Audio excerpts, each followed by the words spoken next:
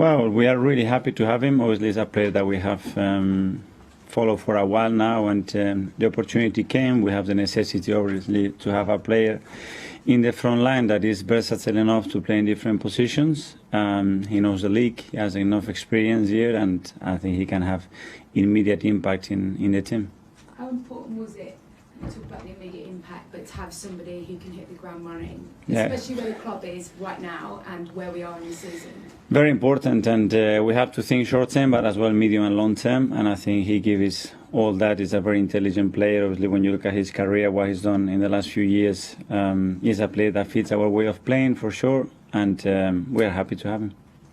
He trained today. Is yes. he going to be good to go on the weekends? Well, he trained today, so hopefully he will be. Did you sign him and get the paperwork all done in time? Sorry? Is all the paperwork done in time? Yes, I think it is. I think he's good to go.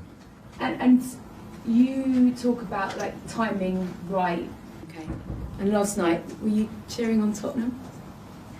No, we look at ourselves. I think we have more than enough to just look at ourselves and try to focus on what we do, try to keep improving, and we have to win football matches. And what the rest they do is something that we cannot control.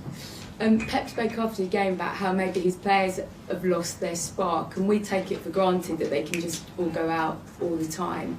How have you managed to keep your players so on it every game? When we saw those pictures of Xhaka in the warm-up last week, it's not easy. How have you managed to tap into this group? It's something that we have to do every single day, and tomorrow I have to lead my players. I have to make sure that my players are up to it, that they still have that desire, that hunger, and they still have something in the tummy to go on Sunday with the same ambition and energy to try to beat Manchester United. And Pep talked afterwards about his side actually being a million miles away. Is that a few mind games there? And do you expect any wind to be taken out of the United sails from the Crystal Palace last-minute free kick result? I don't know. Again, what happens with the other teams and results, still half of the league to go. So it's a lot of twists and turns still to go. We have to be consistent in what we do, play the best possible way, and control that. And the rest, he will take care of himself. Thank you. Thank you. Bradley from TalkSport. Hi Mikel, hope you're well. First things first, obviously United and Arsenal in previous seasons have been competing for the Champions League, Europa League places. This year, both in the top four, both competing for the title.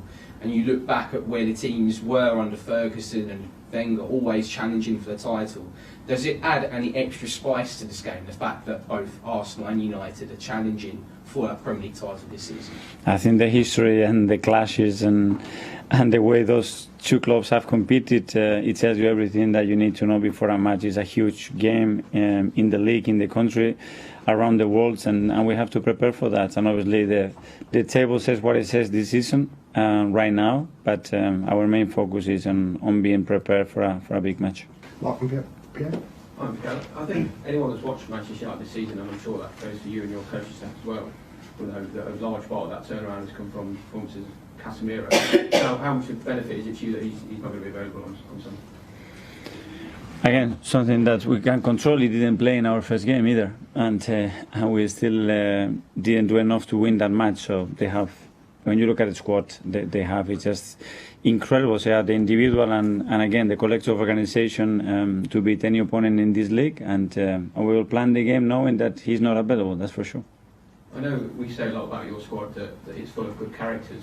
When you see what happened with Lissandro in his last few days at Brighton, did you talk to Albert Stoltenberg about his character and things like that? Because obviously they've worked together previously. Yeah, we talked about everybody that is connected, that we know about players that we want to recruit, because character is something crucial, but as well to understand how they are, how they behave, whether they're going to accept the role that they're going to have at the club with us, and then personal conversations, obviously, that are very, very important as well.